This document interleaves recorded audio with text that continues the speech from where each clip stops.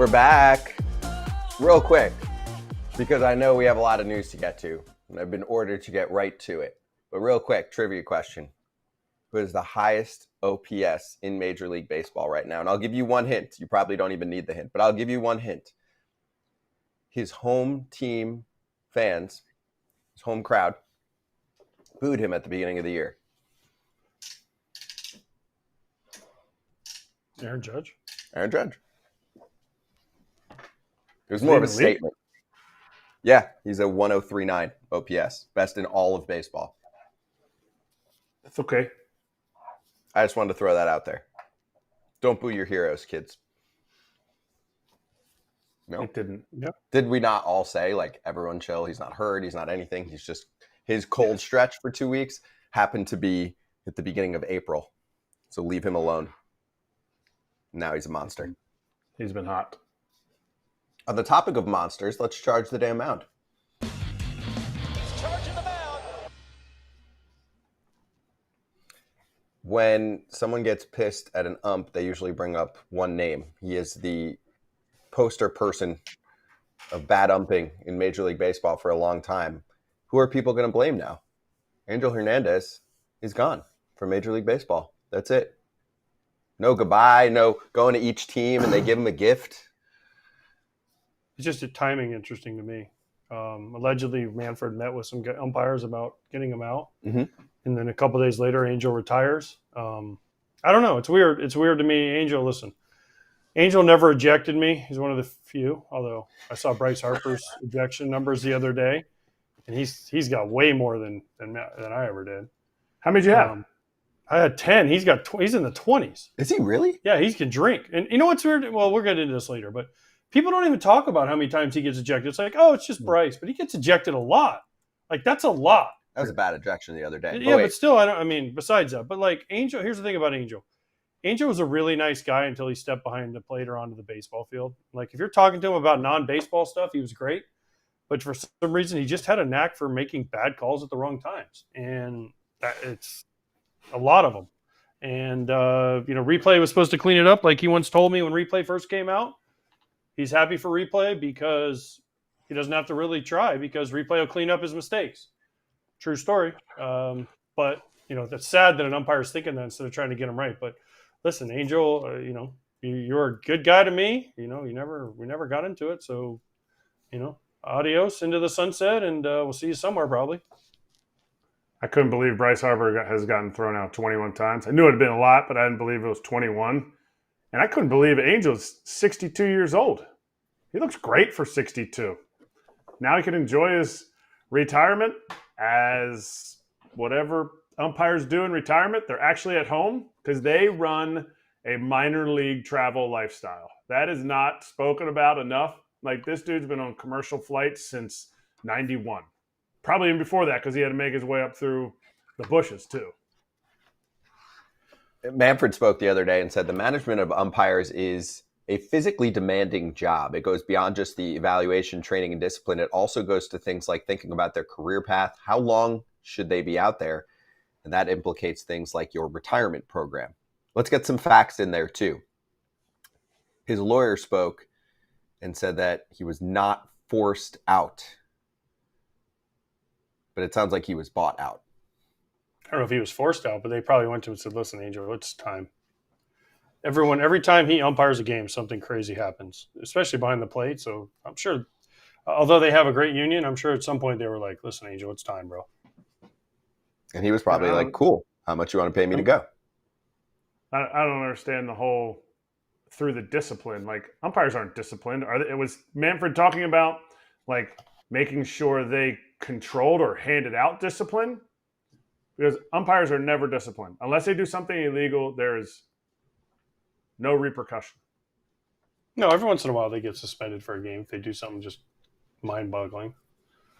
But it was few and far between. I mean, it wasn't like players, when they get ejected, they get, fined, and they just gotta, he was wrong. Like the White Sox game.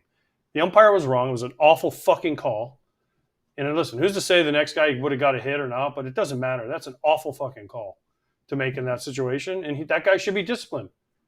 Junior Valentine, I think was his name. I hate to call him by name, but that was the umpire. He made the call.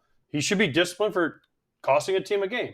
Again, we don't know what could have happened, but let's say the Orioles win by 1 game, beat the Yankees, and that was the 1 game. These things matter. So, I mean, and that wasn't like a hard call to make. I mean, Vaughn's looking, whatever. I don't know, whatever. But yeah, umpires need to be held more accountable for me. When the easy one for me is the Wyatt Langford strikeout occurs. Everybody on the planet knows that those aren't strikes. Everybody, right? You could put a little leaguer behind the plate and say, hey, here's the zone. Is that a ball or a strike? And he would know. So MLB approached Ángel Hernández and said, maybe you should retire and we can talk about a buyout. He hasn't upped a game since May 9th. It is now the 28th. The announcement was made on the 27th by him. So they worked on a buyout over the next couple of weeks. And to me, money talks. They eventually figured it out. And the lawyer also did put out a statement. This was actually a few days ago in that Sam Blum article in The Athletic. The lawyer said for Hernandez, what hurts him the most is the pain that his 2 daughters and his wife go through when they know the criticism is so unbelievably undeserved. Okay. He clearly gets paid by Ángel Hernández. Yeah, I don't want family members to have to experience the backlash of you doing a poor job, but at the same time, to say that it's undeserved is why? Told by representation. If a player does bad, if I do bad, my kids have to read about it. Yeah. Right? If I have you have a bad game, a bad week, a bad month, you get sent to AAA, they're not like, oh no, I have to hear about it. To my kids, you're like, yeah, kids, I sucked. I had to move on and it's time to go. I mean, that's life. That's a job, especially a job in a public profile like a major sport. I mean, yeah, when you screw up, guess what? It's going to be everywhere and it should be. You get paid a lot of money to do things and sometimes you do a bad job, but to have no accountability and then to say like it's undeserved. Well, listen, nobody wants their kids involved, but I mean, your kids should know that you did a bad job. Yeah, it's a result-based job. Like if you get a call wrong, whether it's 3 calls to Wyatt Langford or it's 1 call in the 9th inning, like you're going to be criticized, but ultimately it's how you handle it. And I'm sure they sit there and they go, he's such a nice guy. Like he's human too. Yes, he is. And I think it's on MLB if they don't want criticism from umpires to do what the SEC did the other day with the LSU play at the plate. The SEC commissioner came out, or the head of the umpiring for SEC, I'm not sure who it was, and he explained exactly how the rule was called and why the game was not put under protest. And it took, I think it was a 2-minute and 10-second video. It took 2 minutes and 10 seconds for that guy to explain exactly why it was called that way. MLB can do this, and you can save face for a lot of these umpires. This is a good day for the sport, though. I want to make sure we focus on that. It makes the ump show less of a thing. I mean, I don't know if it's – listen, like I said, Ángel Hernández is a nice guy. But that doesn't matter. I know. He just wasn't a very good umpire. Yeah. So, I mean, I'm not bagging on him as a human being. I want people to understand that. We just wish he was a better umpire. Yeah. That's it. To me, being nice and being good at your job. But there's also other bad umpires out there. Yeah, that's why Ump Show will continue. People are already talking about who's going to go next in the world rankings, who's number 1. I mean, I got a couple names. Yeah. So Ump Show won't go anywhere. For those of you that are a fan of the segment on Foul Territory, don't worry. We're actually going to talk about that in just a sec. But, I mean, that article from Sam Blum had so many quotes from very prominent people in the industry saying, get the hell out of here. I mean, it had Ron Washington in 2011. He was like, Angel's bad. That's all there is to it. I'm going to get fined for what I told him. But he said, and they might add to it because of what I said about Angel. But, hey, the truth is the truth. You have Ron Darling. I think he's stuck in a time warp. He's stuck being authoritarian in a game that rarely demands it anymore. And that followed many stories of him basically taking personal shots when players would question calls. And then Ian Kinsler said he needs to find another job. That was back in August of 2017. I mean, there's endless quotes, and there are so many stories. It's actually a great documentation of how many crazy viral moments occurred even before that was a thing. He's the original meme. And that's whether it's I don't think it's unfair. It doesn't take away what kind of person he is and the smile that he brings and the the camaraderie, as he said it, with his fellow umpires. Like, they have a fraternity, and he'll forever be somebody that dudes love to umpire with. It's just he wasn't that good. He missed more calls than other guys in the league. And I'm glad he's out now, because I had said on the show he wouldn't be in the bottom 5 of most missed calls, and now that he's out of the game, he's not going to be in the bottom 5. So I was right, and that makes me feel happy. The nice thing, though, he kicked out Steve McMichael when he was singing the 7th inning stretch one time. What? Because he used this. He said something about him, right? Because he's singing and he goes, "We need a new umpire" or something. And Angel Hernandez was like, at Wrigley, hee haw. Yeah, you gotta be able to laugh that off. Like, you gotta be able to laugh that off. You've never seen that kick clip? him out? He's not in the game. It's a great clip. I've never seen that clip. Yeah. Oh yeah, he threw out Steve Mongo McMichael when he was singing the 7th inning stretch at Wrigley, and he's like, because I forget Mongo loves Wrigley. Loves Wrigley. Mongo said something about, like, I don't know, this umpire's terrible or something, and he went in the middle of the 7th inning stretch. He like looks up and goes, "You're out of here." That's tremendous. Braden in the chat, I don't know if you're kidding or not. Scott making rumors again. Who buys out an ump? There's a confirmation from insiders saying that they figured out a finance package for him. That's called a buyout. Newsflash. They didn't pay him off. A buyout's different than a payoff. Like, I know, but it's pretty much the same thing, though. They say, "Hey, we're going to give you X amount of money to call it a career." That's a buyout. Because he wouldn't need to quit. They have no precedent of disciplining somebody, like getting him out or sending him to AAA. So he could just ump till he's 70. So 8 years of their however many $100,000 a year salary, he could easily ask for that. I don't know what they're not going to release what the numbers were, but as soon as I saw the news, I did throw out a tweet saying there must have been something behind the scenes that led to this. He wouldn't just come out of the blue unless there was, say, like a health or injury concern or something like that, which actually did cost him a good chunk of last season. He got hurt. But I was like, late May, we're just calling it right here. That's pretty unconventional. So this is something that had been in the works behind the scenes. So I called it out, and that was the case. MLB is embarrassed about it. I know, but MLB, I actually will give them credit here, is embarrassed because there were multiple weekends at the start of the season when there were so many cool things that went down in the game, and what was trending on socials. Angel Hernandez. Oh, no. That's not a good look for the league. People were pissed. He was the one person that could unite all of baseball social media. No matter what team. Everybody could agree that Angel did not do a good job. Like, you could be in enemy territory. You could be a Red Sox fan in Yankee world. You could be a Cubs fan in White Sox world, whatever, right? You go, "Hey, Angel Hernandez sucks," right? And you guys, give each other a high five or something. Right? It was true. I mean, nobody was like, "Guys, leave him alone. He's nice. He just made a few mistakes." It was time. That's all. And they handled it. So I want to give credit to the league for getting the job done. True. We could have had the rest of the season go like this. And it felt like he was at a point where his effort mode was at a new level. But it was at a new level in 14 when replay came in, according to AJ's quote. True, exactly. I heard that from other guys too. They're no longer in the game. So it's okay. It's okay. He had a good run. So on that topic, let's get to the Bryce Harper ejection while we have a moment. Brian Walsh made the decision on Friday. He's a call-up umpire from AAA. First inning, you're in Denver. You buy tickets to the game to see Bryce, perhaps. And here it is. No, I mean, I wasn't really that upset. I mean, obviously, I spiked my helmet, but that wasn't frustration from the call.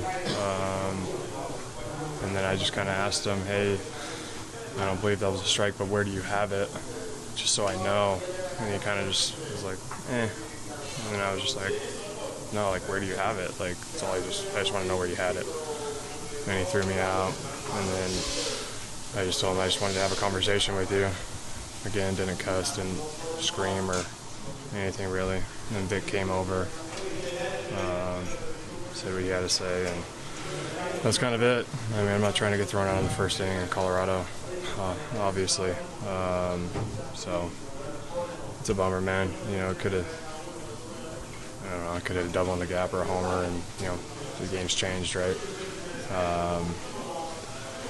But I don't know, just kind of bummed that it even happened, because it just I don't feel like it should have.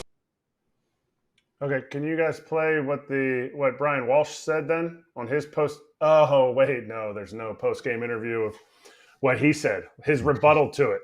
Well, actually, you guys will see in the report that he did say more than that. Based on Bryce's reaction in the game, he seemed confused that he was thrown out. Should he have thrown his equipment? Absolutely not. There's equipment fines for that. There is no reason, and I've heard so many umpires that are now big league umpires and even crew chiefs sit there and they're like, man, when I get called up to the big leagues, I'm going to do everything I can to not make myself known. And this guy seemed like he had to set a precedent. Maybe he heard him incorrectly. I don't know. I don't know. I don't know what exactly happened there, but I know when you go into Colorado, there is a large contingent of Philly fans.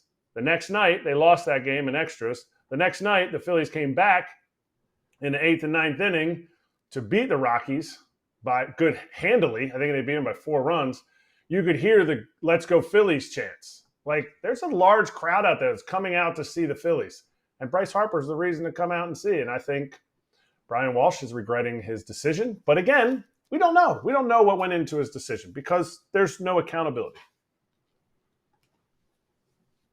There isn't. But my thing is, again, I don't know what Bryce said. I mean, you know, but dude, come on. It's the first inning, bro. I don't know. I don't know. Again, I don't know what he said. And I know Bryce is going to say, I didn't say that much, and I could have hit a double, and I could have done this, and I could have done that, but just stay in the game. I said 21 career ejections. Like, that's a lot of career ejections for a guy. And nobody really talks about it until now. So I don't know. I feel like there's more here that we're missing, but I just, you know, just don't get kicked out of the game, Bryce. How about we start with that? I mean, that's a better way to start it. So does he need to behave differently? I get kicked out. I don't know if he. I think it's funny that he doesn't take more heat for getting kicked out so much. Maybe is a better way to say it. I would like to know how many were recent, like in the last 3 to 4 years, because I do remember covering him early in his career, and it was more of a problem. And I think he acknowledged it and cooled off. So now I feel like the ejection from the other day is more run-of-the-mill back and forth with an ump that wouldn't lead to an ejection. I feel like he knows more. Maybe he's more mature now. I mean, was he 19 or 18 when he got called up to the big leagues? One of 19. those. Yeah, 19. Yeah. Like, so I think some of those early ones were, I remember teammates being like, hey, look, man, like, you got to stay in the game. Like, you are a key cog to this team. We need you out there. And I think, I would say it probably is less, but I also feel like sometimes superstars, they're like, you know what? I'm not staying in this game. I've had enough. Yeah, but not in the first inning. No, I mean, not. That's fair. Listen, there were times where I got ejected, but it was usually late in the game, or it was usually after the game was decided one way or another. But there was, in the first inning is a lot to me. And again, 21 times. Like, I mean, is he Draymond Green? I mean, is that what he's become? Like, no. I mean, it's close. I mean, it's close. Draymond Green been ejected? Draymond Green is like punching teammates out. I'm not saying that. Draymond's dirty, but ejections, like, that's a lot of ejections. He is over twice as many as Manny. Green has 21. Yeah, he has 21, and Manny has 9. Like, that's the closest active. No, Draymond Green has 21. So does Bryce. Oh, I didn't hear you say Draymond. Both of their career ejections can drink.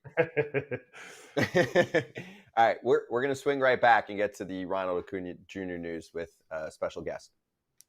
Unified Healing is sponsoring this episode of Foul Territory. Unified Healing is an innovative global network of wellness centers powered by Energy Enhancement System, or EE System. This technology promotes wellness and deep relaxation, and there are hundreds of locations across the globe. Interested in experiencing the EE System technology for yourself? Go to unifydhealing.com/foul to learn more and find a center near you. That's UNIFYD healing.com/FOUL. No material or testimonials on the Unified Healing website are intended to be viewed as medical advice or a substitute for professional medical advice, diagnosis, or treatment. Always seek the advice of your physician or other qualified healthcare provider with any questions you may have regarding a medical condition or treatment and before undertaking a new healthcare regimen, including EE System. The Athletic's David O'Brien back with us on FT and co-host of the 755 Forever pod. Go check it out. For all things Braves, unfortunately, he's back with us because we learned that Ronald Acuña Jr. is done for the season. He tears the other ACL. He's had this injury before, and we see this on the other leg. He is done for the season. He'll come back sometime, hopefully, next year. So, David, let's just start big picture. How much does this suck for him, the team, and baseball fans? It sucks. Hey, but just to go back real quick, remember Bryce did get in a fight with a teammate too. It was a decade ago almost. Papelbon, remember? True. No, yeah. we remember. Oh, Paps talked about it a few times. Yeah, Yeah, a few times. yeah. Yeah. Happened after him, but yes. Oh yeah. I mean, I'm not going to side with Papelbon on anything, but Maybe something. I'm sure there's something you can find. yeah, they're probably. Yeah. You guys would agree. I think Harper probably snaps sometimes. That kind of goes out of character, and I agree with AJ. You can't get kicked out in the first inning. But anyway, he's so popular that he can get away with things that other guys couldn't if they didn't like him. I mean, they'd be on him like they are Draymond. But with Ronald, man, it's heartbreaking. It really is. I mean, the kid obviously is a supreme talent. I mean, I've said before, he's the most talented player I've ever covered. I left Florida right before Miggy came up, so I didn't cover him. But as far as pure raw talent, I mean, I put him ahead of even Sheffield and Chipper. And Chipper has said that he's the most talented player to ever wear an Atlanta Braves uniform.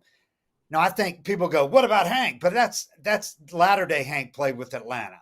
I don't think Chipper's saying he had more talent than Hank did when he was playing with Milwaukee Braves.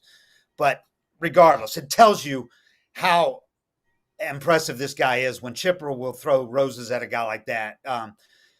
I think for Ronald's sake, though, it's just going to be so hard because it came out after his mom told ESPN reporter after the fact, a year later, that when he was recovering from the previous ACL surgery, he was crying, literally crying, like every day, worried about whether he'd be the same player again.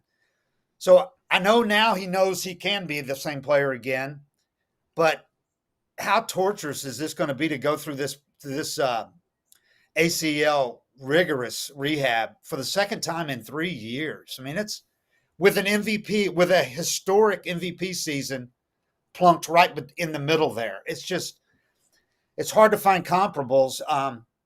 I think when he comes back, or for the Braves to get to that part of your question, he wasn't playing up to his standards, not even close, but he was coming around lately. And I don't think anybody had any doubts before long he was going to go on a tear where he carried the team like Marcell Ozuna has for the first 2 months, basically. I don't think anybody thought Ozuna was going to continue to play like he has for the first 2 months. But it's going to be hard for the Braves to cover it. I know yesterday they said for now the outfield is Kelenic in left, and Duvall shifts over. They were platooning in left. Duvall now shifts over to right field, and of course Harris in center. And that's fine. It's not. It's still a good outfield, but I just don't think you can count on those two corner outfielders to both produce and stay healthy, because that's been a problem for both of them, especially Duvall at this point of his career. He's had a wrist that he's injured multiple times, and he's one sliding catch attempt where that glove hand goes back from being out for the season. I mean, I hate to even say that because then if it happens, I'm going to feel like I jinxed him. But that's just when he plays every day. That's how he tries to make those catches, and he's really susceptible to wrist injuries at this point of his career. And Kelenic hasn't proved it, that he can do it. I mean, he did it for 45 games last year in Seattle and then slumped badly, then kicked a cooler and broke his foot. So we haven't seen him do it for a full year, and especially now he's going to be playing against lefties as well as righties. So we'll see. But I think in the end, Alex Anthopoulos goes out and gets an outfield bat, because those are about the easiest to acquire on the market. And the Braves certainly have the money to spend. They don't have a ton of prospect capital, but they've got quite a few pitchers coming up and pitching. And a lot of teams could use a pitching prospect that the Braves can have. I think they can afford to give up one more of those pitching prospects they have, and somebody maybe on the major league team, a lesser player, to get a corner bat before the trade deadline. Anthopoulos did decent in 2021, revamping the entire outfield. So I'm not saying that's what the Braves want, but you look at Ronald's numbers before the injury. Did you hear anything about anything nagging? Because like when he went down, I was talking with an athletic trainer, and it was like, are people predisposed to ACL injuries?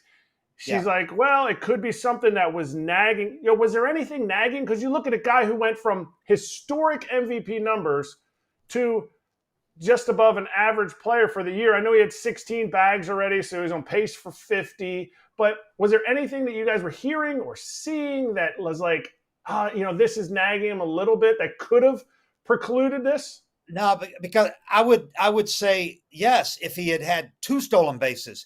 But the fact is, he was on a 50, 60, 70 stolen base pace the whole first 2 months. That was the one thing he was doing fine, was running. He was showing no signs of being, because he injured that left ACL. Or no, he injured the surgically repaired ACL at spring training. He had meniscus irritation in the surgically repaired one, the right one. So he missed a couple of 3 weeks of games at spring training.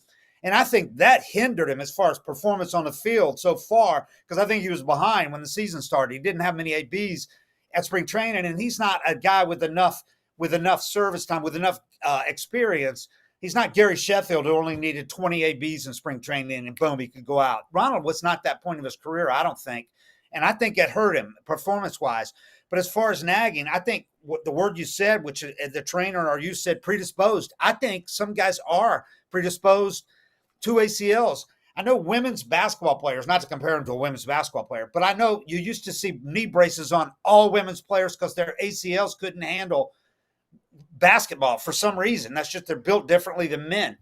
That's not Ronald is built. He's a racehorse, but I don't think, and I'm just guessing, I'm not a doctor, but I don't know that his knees can handle the torque. He's got the most explosive hip action on his, which is how he generates way more power than a guy who weighs 205 pounds probably should have, because he's got light tower power. He's up there with the 240-pound guys as far as length and exit velo and all that. At least he was last year and the year before. But I don't know that his knees, that his build can handle the extreme cuts that he does. Because if you look how this happened, he planted his left foot, and it was a pretty benign move. I mean, it's the kind of move that a baseball player makes all the time, where you cut on, and not even on artificial turf. He cuts, and the knee just gave way, which I don't think but that's not something that would have been a nagging injury before, that the knee would have given way because it was weakened.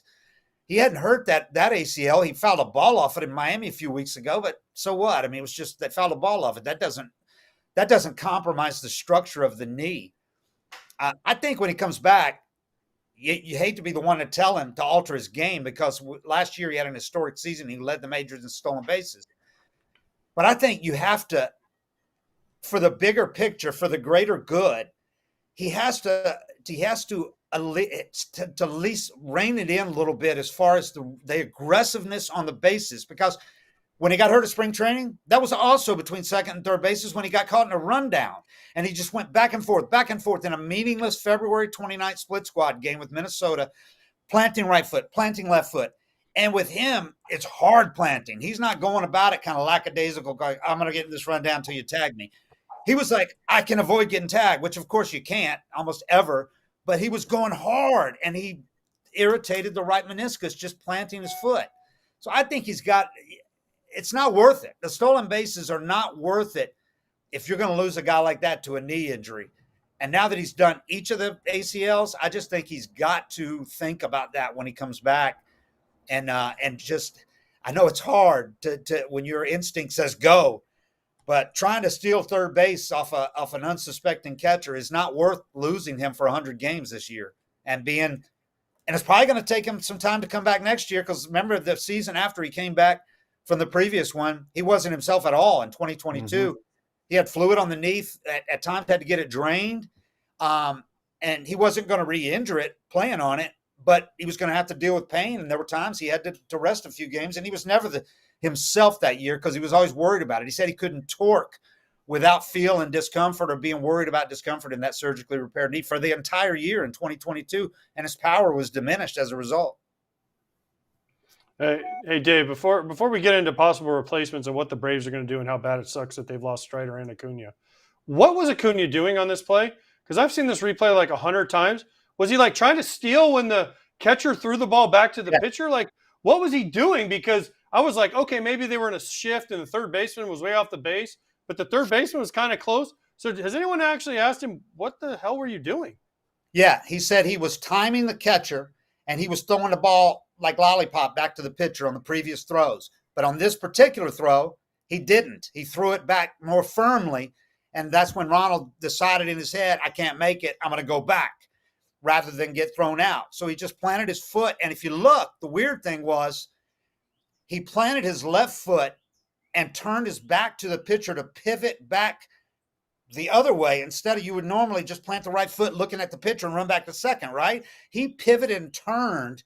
And I think that's probably favoring the right knee, the surgically repaired knee, at least, in his mind, he's thinking, I don't want to plant with that right foot, the one he injured planting in a rundown in spring training. So he plants with the left and turns his back towards the pitcher to run back to second base. And when he turned, I think that put more torque on the left knee, turning his back towards the pitcher, and it just went out. I mean, you saw it was immediate agony. So it obviously, he said he didn't feel a pop, but it obviously popped. It obviously tore because he went right back on his back on the grass. And he's writhing in pain on the ground. So, but that, to answer your question, yeah, he was going to steal third base when the catcher threw, right when he released the ball to the pitcher. And like I said, it's not worth it, man. I mean, Yeah. I just. All right. So what are the Braves going to do? They lost Strider. Obviously, Sale has stepped up big time. Is a Tommy Pham type in the cards for the Braves to like platoon with Kelenic? I mean, Michael Harris plays pretty much every day. Kelenic obviously hasn't yet in his career. I mean, what are the options for the Braves? I know you mentioned some of the prospects they have, but who is a realistic target that we would see? Because Alex Anthopoulos, he won't wait around. He'll be like, yep, we'll go get whoever. I think Pham is a guy that I thought they should have gone after in the past. I think he'd be a great fit in this clubhouse and all that. And obviously he's done it in the postseason, and they need a guy who's done it in the postseason. There are going to be some other couple of guys probably become available between now and the trade deadline. But some of the guys, like Jock Peterson, for instance, was their magic. It came in before and really brought something to the clubhouse as well as what he did on the field. But, I mean, is Arizona going to let him go right now?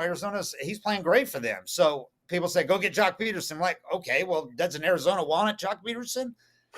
So I don't know what the answer is. It's going to have to be somebody that's out of the wild card race, obviously. And that'll, I think, will – Alex, I agree. Alex operates fast. If there's somebody he has in mind and that guy's available, he will do it now. But I also think if he thinks there's a couple of teams that might drop out between now and, in the next month, he might wait a little longer. And also I think you probably have to give Kelenic a chance in left field to see what he can do against lefties. Because like I said, look at his numbers first 45 games last year with Seattle. They were phenomenal. I mean, his OPS way over 900, hit 10 bombs, had like 30 extra base hits, 25 extra base hits in that time. So we'll see. I mean, so far this year, it's been lackluster. He's been working on his swing. He's a tinkerer, and he's been working on his swing a lot. But he's shown signs. He hit a bomb the other day in Chicago where he's hit 4 homers in 5 games in his career. Duvall, I really like him a lot. I like Duvall, but like I said, he's always one catch attempt away from being out for the year. That's just at this point of his career. It's also asking a lot, I think, for him to play every day in the heat down here. And he's a big guy, a heavy guy for an outfielder. But I think he'll be okay now. I think you have to maybe wait just a little bit. There's still 6 games out. What's not going to be said, what kind of goes unspoken is, I don't think it'd be the worst thing in the world for the Braves to get the wild card, because here we go.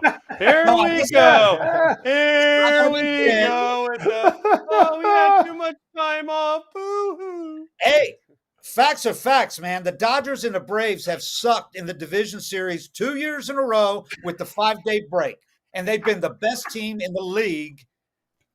Is it just coincidence?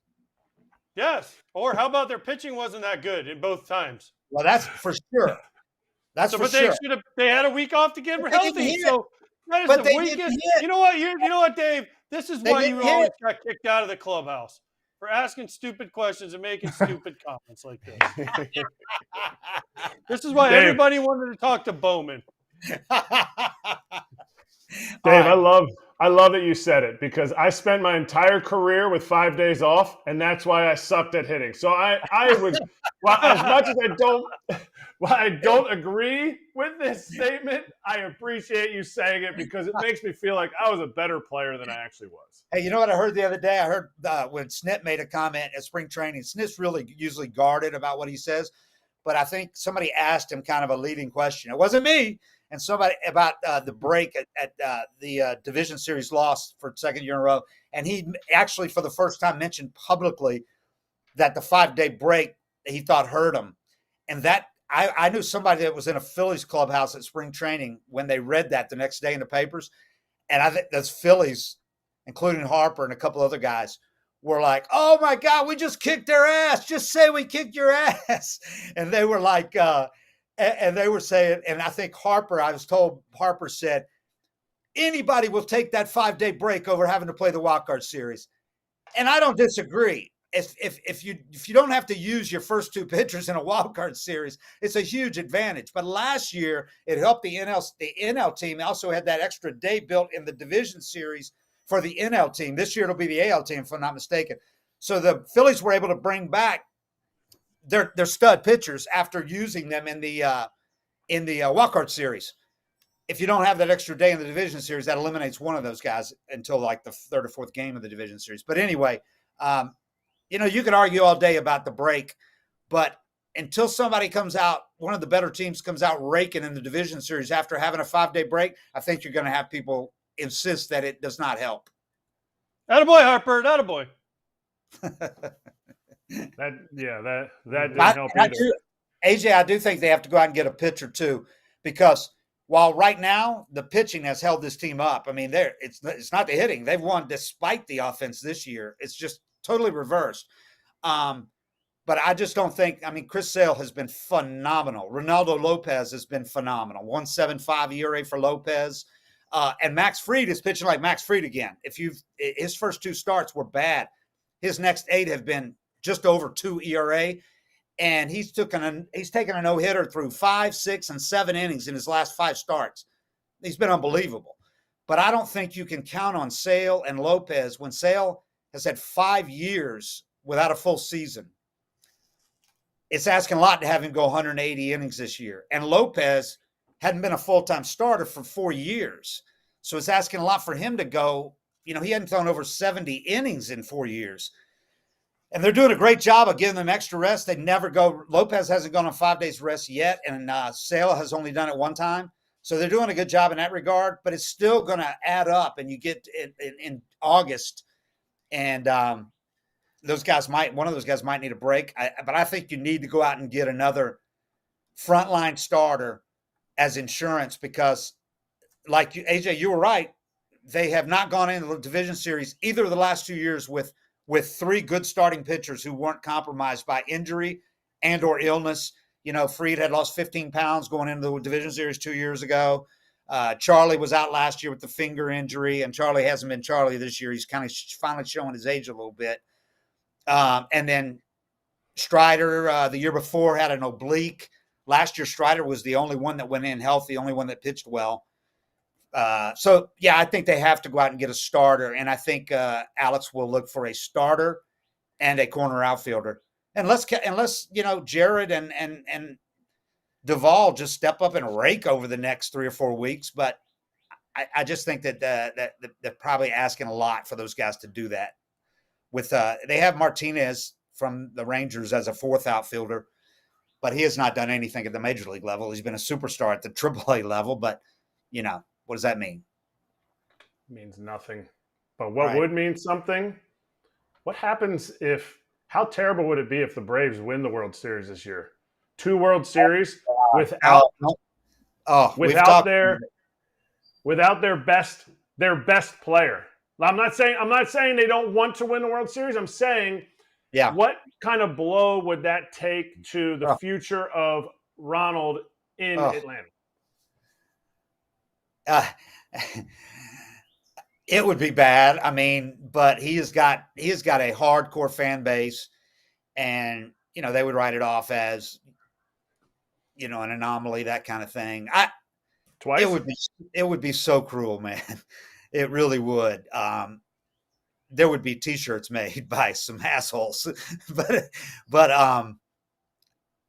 it's possible. It really is. It's possible because of the starting pitching they have, and this lineup is it's not going to hit like it did last year, but this is still a better lineup than almost any lineup in baseball. I mean, without Acuña, that takes them down a notch, absolutely. But they've still got Olsen, Riley, Ozuna is on the same kind of pace he was last year when he went 40-100.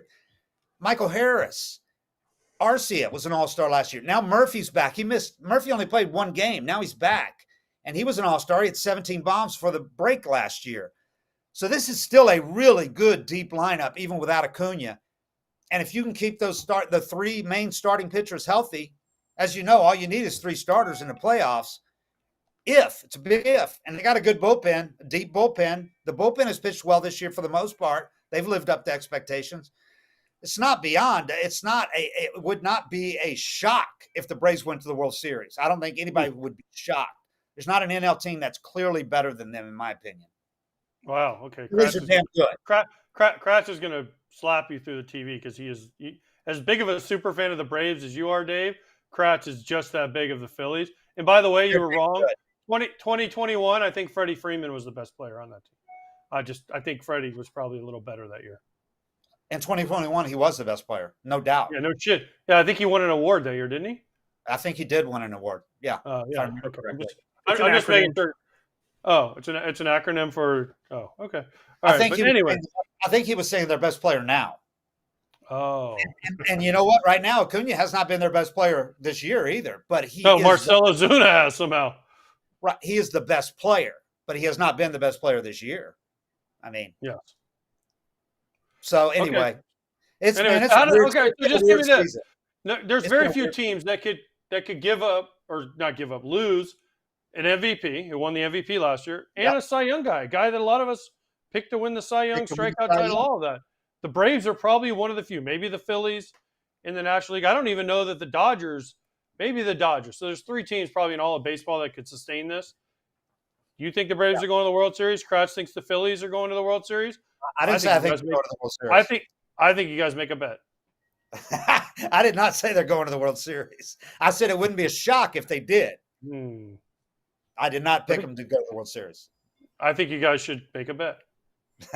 I'm not doing that. There's the confidence factor. Yes. There you go, Atlanta. Get concerned.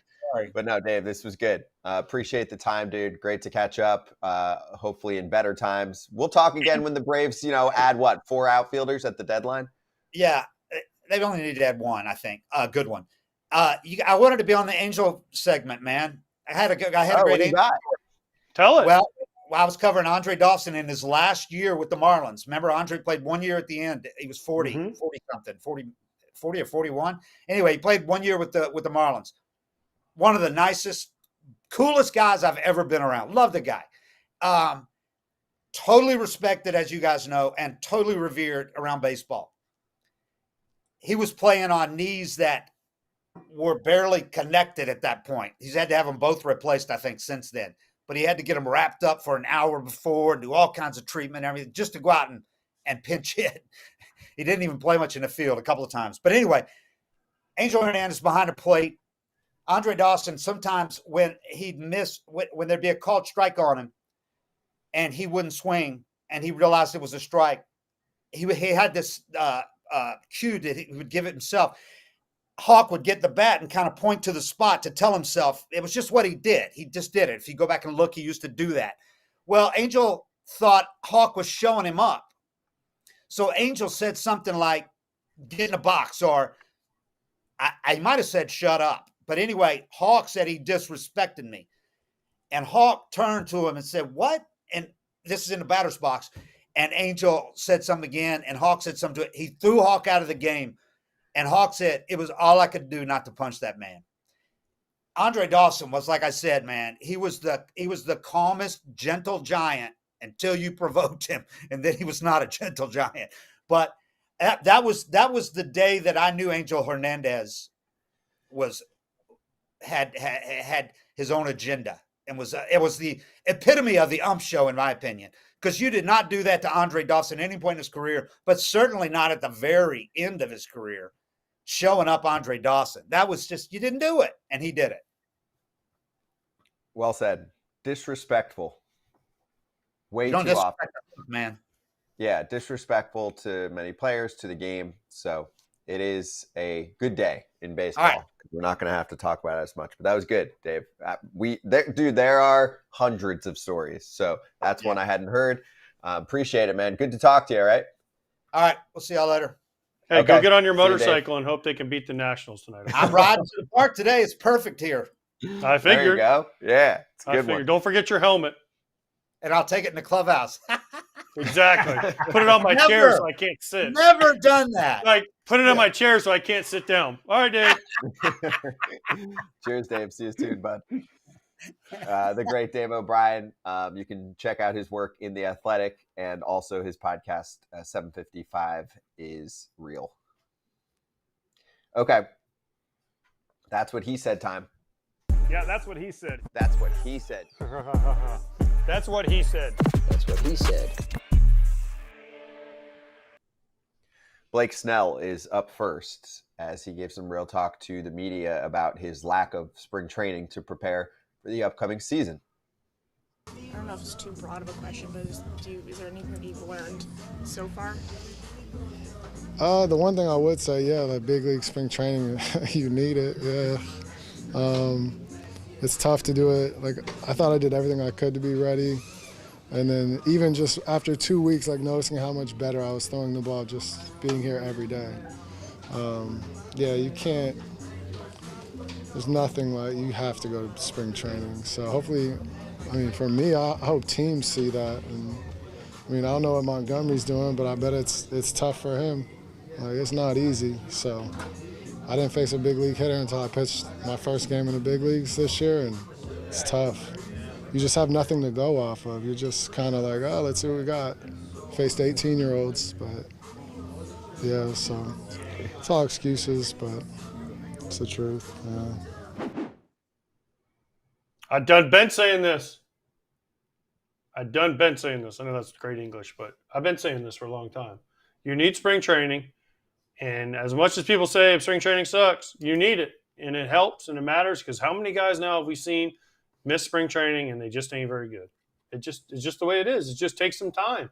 And he brought up Jordan Montgomery. Jordan Montgomery's 3-2 with a 4.69 ERA, a WHIP of 1.41. That's not normal Jordan Montgomery stats. So it matters. I mean, JD Martinez, I haven't looked at his numbers, but I don't think he's doing much. Who else was the other one that missed spring training? There was four of them, the four Boris guys. Tommy Pham. He wasn't the Boris 4, though. I forget who the other one was. The other Bellinger? one. The other one was. Cody signed later, but not. But he got some spring training. He got some spring training. But He's the still difference not the is same. Pham also So a position player to me is a little bit easier because you can go down and he got his at-bats in AAA. And I know it's not the same. But again, Tommy Pham came up and got hot at the beginning.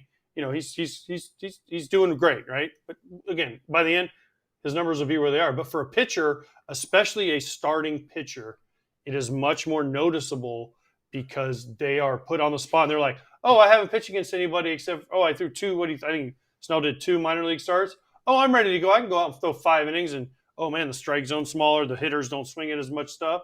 Oh, this is different. So I think spring training matters. And I love what Snell said here. I hope owners start paying attention to this, trying to sign guys before. Now, he's trying to also advocate for him to get signed again next year, but I like that. I liked what he said about go out there with what you have. Sometimes you have to go out. You're not going to be 100% for 32 starts a season as a starting pitcher. You're not going to be 100% for 140 games behind the plate, but you got to go out there and see what you have. The difference is when you start out like that, you're starting behind the 8 ball. And his comment about like going out there and hoping to see what he has, like there's no comparison. There's no comparison in spring training of facing big league hitters because you're going to see maybe 3, maybe 5 starters. And then you're going to run through the bottom of the lineup of spring training guys like me, guys who are getting at bats, guys who you're not going to face in everyday lineup. But the difference is from what he said right before what I just said he had said. He goes, oh yeah, throwing the ball every day. He can throw the ball every single day in the behind his house at Boris's facility against 18-year-olds, like he said. It's not the same. You're coming to the park. You're establishing your routine. You're seeing where your arm slot is, where your pitches are, and then you go out there, compete on the biggest stage. And it felt like maybe he was just hoping to compete. Mm-hmm. It's a two-way street to get deals done. You need the player side and the team side, but the team needs to recognize that the song and dance needs to happen sooner. Yep. You know, the phone calls happen so late sometimes. So it's both sides. And also for agents that think that they can just get their player set up at their facility or something like that. That's BS. The same. It's BS. It's not the same. Way too many losses, especially for pitching. This has been going on for a long-ass time. There are examples that go back 10-plus years. AJ, who was the best hitters in spring training coming into the beginning of spring training all the way to the end? Do you remember? Oh, it was guys that played winter ball. It was guys that played winter ball. They were always way ahead. Usually Latin guys came in and were just banging. Meanwhile, it took me 2 weeks of live hitting and all that just to not break a bat. And I mean, I would go up there and be like we have talked about this. I didn't hit until spring training at the end of my career. But I would go up there and I would swing at every pitch when I was doing pitcher's BP just to get used to knowing where I was at. But guys that came in from winter ball, oh man, they were unbelievable. It was like, man, damn, the season never ended for you. Mm-hmm. Because they were already in game shape, ready to go, playing against guys. Is there a case though that's too much baseball? In July, it's too much. Guys can get worn out because you're building up your immunity to injuries or whatever. But if you're playing 70 games in the off season, you have no where's that recovery? Where's that energizing yourself and then building yourself to be your best in July? I felt like sometimes winter ball guys were kind of going down. And what AJ just said, you're talking about a fringe Hall of Fame hitter.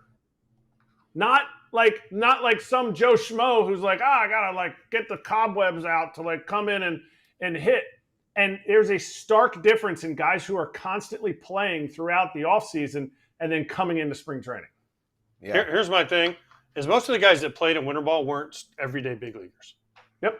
Now, they might become that because everyday big leaguers, remember the attention Acuña got when he was playing winter ball this year? And some of the other guys, they're like, why is he doing this? What happens if he blows a knee out? And then sadly, he did it during the season, right? But most guys that are playing winter ball aren't big league, regular, established guys.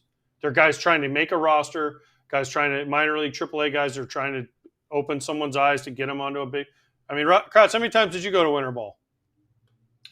Only twice. Only one time, but the other times were with Team USA, so technically it wasn't winter ball. But it was off-season baseball.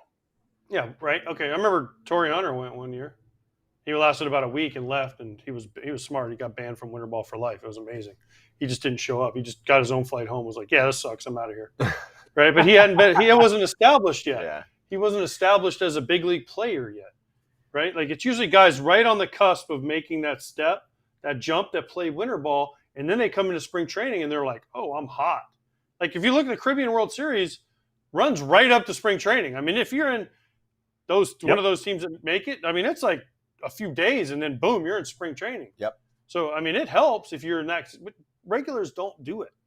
It's too much because you're worn out. You need the recovery time. You need to get your body right. So, I don't know. You can see it. And it's not just Latino guys. It's Americans that go down there and make some serious cash. You can see it. It's like their bodies are just moving different. Like they're looser. They're more fluid. They're more on time for everything. And then by July, they get a little exhausted. Pablo Ozuna was like the best player in spring training, in the history of spring training. Because he played winter ball every year. He played winter ball. Timo Perez played winter ball. It was unbelievable in spring training. And that was their edge. The whole Kansas City Royals team, they also played winter ball because they were the best spring training team I've ever seen. They go out and lose 100 games. They go out and lose 100 games every year. Yeah, they go out and lose 100 games. We'd play them the first spring training game every year and get walloped. We could barely get a ball in the infield. We had a bunch of veteran dudes. We had Konerko, Tomey, Dye, Creedy, Uribe. Like, we had veteran guys. We're running up there just hoping to put the bat on the ball. These dudes are scoring like 14 runs in like 3 innings. And we're like, what the fuck is wrong with these guys? Yeah, the veteran Lumberjacks. That was your team. Yeah. Guys took a break. So there's pros and cons. All right, next up, Jose Ramírez. This one is pitched around with the bases loaded this weekend. And when he was told after the game that he received the Barry Bonds treatment, his response to Paul Hoynes was, quote, "I'm better than Barry Bonds." I don't know the context. I don't either, but clearly a joke. Clearly a joke. But it's funny. It is funny. That's a great line. It is a great line. Good job. Clearly a joke. Good job, Jose. But let me just say this. Nobody I've ever seen, and I've played against a lot of players and watched a lot of players. Nobody, and people are going to say he did steroids. Correct. Don't care. A lot of other people did steroids and weren't good. Barry Bonds is in another solar system of hitters from anybody that I've seen since that I played against, and I played with a lot of guys that were really, really, really good. I was there when Miguel Cabrera won a Triple Crown. I was in that same division, faced him 19 times. Barry Bonds was so freaking good. He was in this solar system.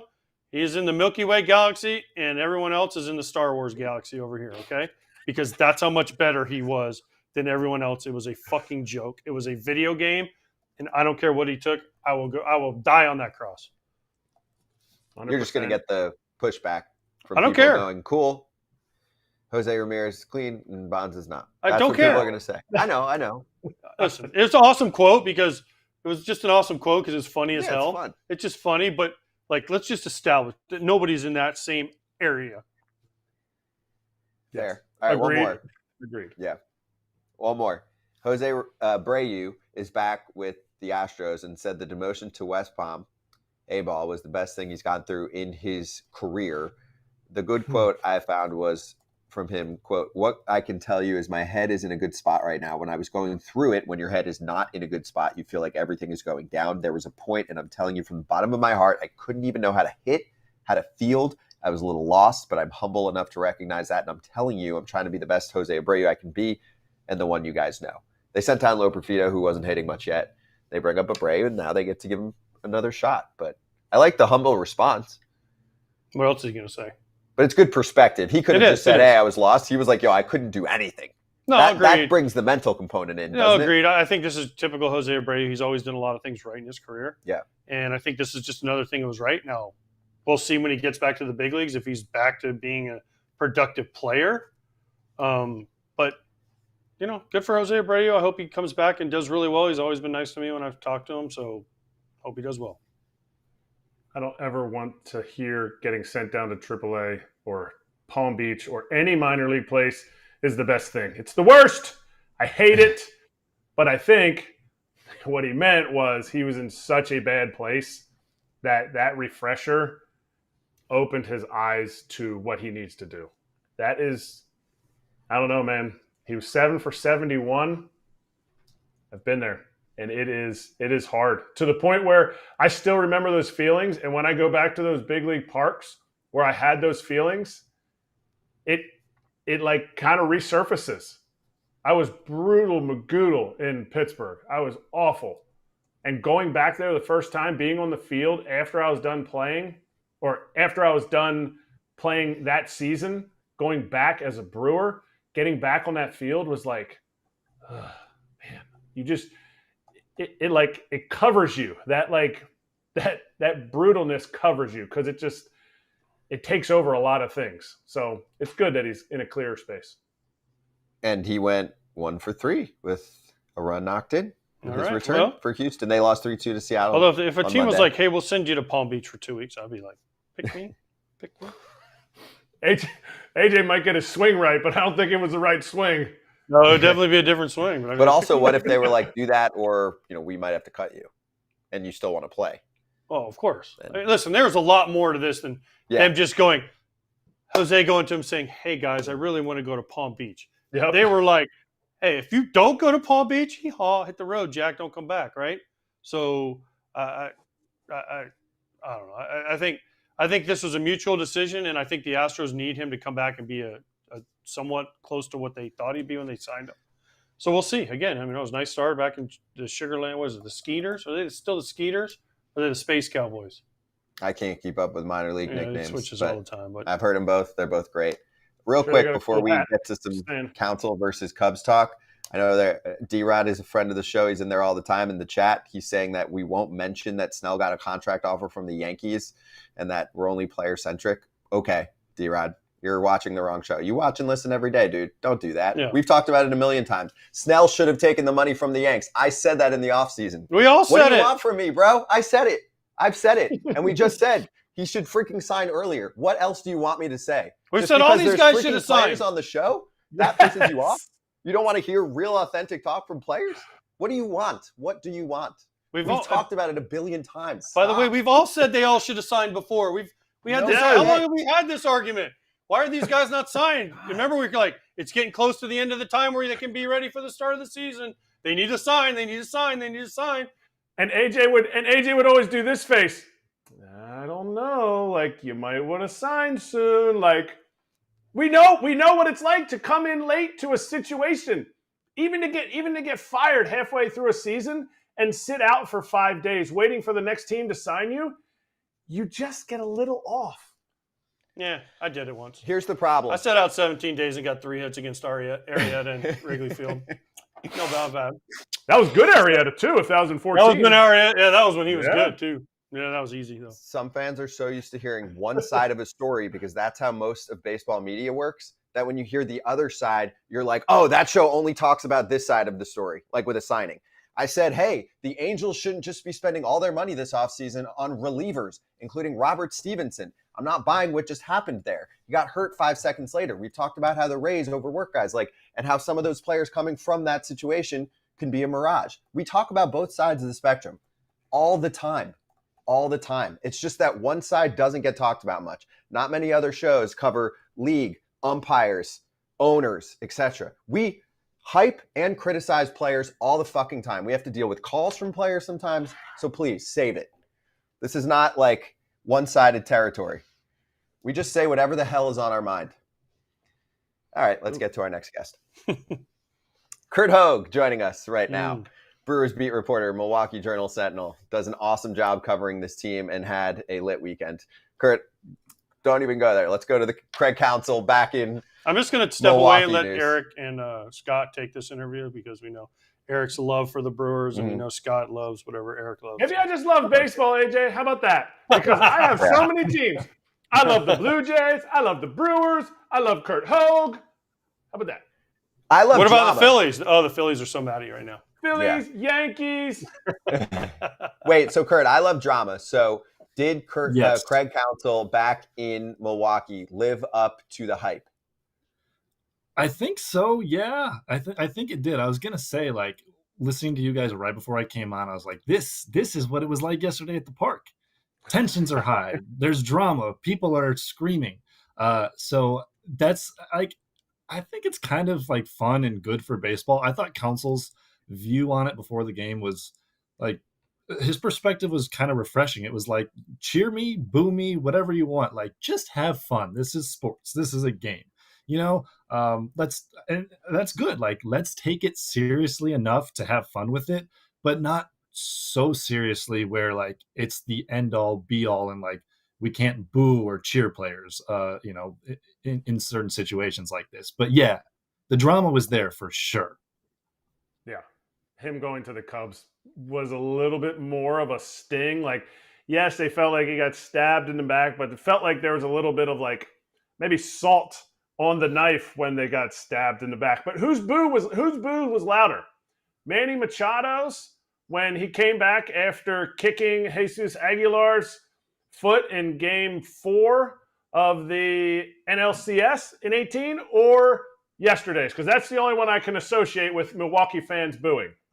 That's pretty much it, but it was yesterday, pretty significant. Like, I think when Machado came back, the NLCS, it was still pretty loud, but what's impressive about that one is it's kind of like still carried through, and Milwaukee fans are not prone to being big booers. Like, that's just not how this small market usually works. So I don't know if they will boo Counsell as long as Machado has been booed, because he still comes back and he gets it pretty bad. Like last year, it ended up leading to, it was a lot of frustration with the Padres, but it ended with him smashing a Gatorade cooler. So that it's like, how long is this animosity going to remain for Counsell? I don't know. It's hard to say. Like, I wouldn't have expected, when he signed with the Cubs, I would have thought people would have gotten over it a little more than they have. But, quite clearly, like you said, there's a wound, there's salt in it. I don't know if it was bandaged. Like, it's still open and people are upset about it. If he had gone to like New York, I don't think this would have been the reaction at all. There's probably 2 cities that would have led to this, and St. Louis would be the other one, but it still wouldn't have been there wouldn't have been as much vitriol as there was yesterday for the Cubs. Now, Milwaukee fans may boo me for saying this, but Craig Counsell is one of my favorite managers I ever played for. How long will it take for Brewers fans to appreciate the winningest manager in Brewers history? Yeah, that's a good question. I'm not sure I have the answer to it exactly. Like, I would think eventually people would move past it, but like I said, I would have thought it would have been a little less intense yesterday. But you can kind of see both sides of it, right? Like, you talk to the players, people like yourself, Kratzy, and it's like they understand that side of it, and the business side of going to Chicago. He got paid a lot of money, and it's not that far from Milwaukee where his family lives. Like, it made sense. But you can also see why fans would be upset about it. He went to the Cubs. He's from Milwaukee. Like, as recently as like 3 years ago, it sounded like he would never want to go anywhere else. So I totally get it. I totally get both sides. Okay, it makes sense. But what doesn't make sense is what the Brewers are doing on a night in and night out basis. Can they continue it? And is it going to be continued despite the fact that they can't hit left-handed pitching? Is it going to be continued because they call Robert Gasser up from the minor leagues, and there's going to be another Gasser coming from the minor leagues that is going to kind of anchor this staff? I know Freddie Peralta is the anchor, but what he's done has been unbelievable. Well, Kratz, you kind of have a good perspective on this, right? Because like what the Brewers do is they acquire Erik Kratz in the middle of May was it? Middle of the season. And then, they turn players like that have been cast off other places into solid players. Like Brian Hudson is one of the best relievers in baseball right now. If he wasn't 6'8", like I probably wouldn't have noticed him much in that clubhouse at all in spring training. And now look what he's doing. So like, track record for the Brewers says they'll probably keep doing this 5 of the last 6 years in the playoffs, albeit different pitching staff, different manager, but the approach is generally the same. Now, like there's still that little thought in your head that's like, there's no way they can keep this up, right? Like they don't hit lefties. They never hit lefties. Can we even name their starting 5 in the rotation? Like the average fan? Probably not. Who's in their bullpen? Who's on the bench? Like all these questions, yet here they are again, doing the thing they always do. And what is that? What is that? I mean, try to explain it because you see it more often than people that are outside of the Milwaukee area. Like I call it Milwaukee North, because if you go too far south, there's stupid Cub fans getting in the way. Nobody cares about the White Sox, but that's another whole story. But like, besides that little regional area, what is it that is making them get the most out of their Erik Kratz? I hope nobody calls an Erik Kratz player that they pick up. Like that would be brutal. But what is it? Is it the communication? Is it the front office? Is it, because I can attest to what it was for me, but what do you see day in and day out? Yeah, I mean, I think a lot of it, like a lot of this, what they've done has been attributed to Counsell, which is what makes this year interesting, is that they're just doing the same thing again with, these similar type of players. I think Pat Murphy's approach works really well with this team. Like, he believes the hell out of these guys, and like they kind of seemingly like trick themselves into believing sometimes. I do think the front office deserves a ton of credit for how they identified players and like the collaborative effort with the coaching staff and those players to get the most out of them. Because like, this is one way that I describe it. If you look at the approaches of the Brewers and say like, I don't know, the Pirates or a team like that, like the way that they go about acquiring players is not all that different. One of them is just very good at identifying like which players are going to be really good this year for us and cheap. And the Pirates are, generally in 4th or 5th place in this division. So like the front office also for sure deserves some credit, though I would be interested to hear what your perspective was on it. Yeah. My perspective was that they get guys and they do exactly what you say. They trick them into thinking that they're good. Like, I was a good AAA player. That's it. Not a great AAA player, a good AAA player. But when they brought me in, they said, these are the things that you do really well. And they not only backed that up, but they communicated it with me. And they were like, hey, you're going to play against this guy because this is the value. We don't think you have a chance against this pitcher, but this Yolis Chacin is pitching today, so you're going to catch him. And so it was never like blowing smoke. It was a lot of honesty, and you're like, yeah, I can get on board with that. Pat Murphy said yesterday they played Jake Bauers against Justin Steele, which is not a good matchup for Jake Bauers. And Murph said he told Bauers before the game, your best chance of getting on base today is getting hit. And guess what? He got hit. That is classic Murph. That's great coaching. That's great coaching. That is great coaching. That's hilarious, but it also is kind of true. So did we have it all wrong? Is it not Craig Counsell? It's the Brewers way that has led to this team having consistent success, even when they do need to shed major parts of the franchise, like Corbin Burns soon before the season started? Yeah, this year's the big test for that, and so far that sounds about right. Like, not to knock what how good of a manager Counsell was. Like, the Cubs paid him $8 million a year for a reason, because they were on the other side, pointing at the Brewers and going, "That's the reason they're doing this." But maybe there was just a little more going on than one guy, at the manager's job pushing the buttons. Like, it's a pretty well-oiled machine, it would seem. Yeah, it's a good call. Curt, appreciate the time, dude. And we will see how the rest of this season plays out for this Milwaukee team, despite losing a lot of key parts. Just chugging along. Thanks for the time, dude. For sure, guys. Curt Hogg, Brewers beat reporter, Milwaukee Journal Sentinel. Also give him a little follow at Curt Hogg with 2 G's at the end, HOGG on Twitter. We'll post some of these clips on there as well. Can we get to Hot Corner? Can we do one? Or we're jumping? Can we sizzle? We can always sizzle. Sizzle, sizzle. Yeah, let's do one. We've been told we can do one. Everybody I'll gets do one. Then we'll do the rest later. But let's just do this one from Doc Roberts talking about Elly De La Cruz.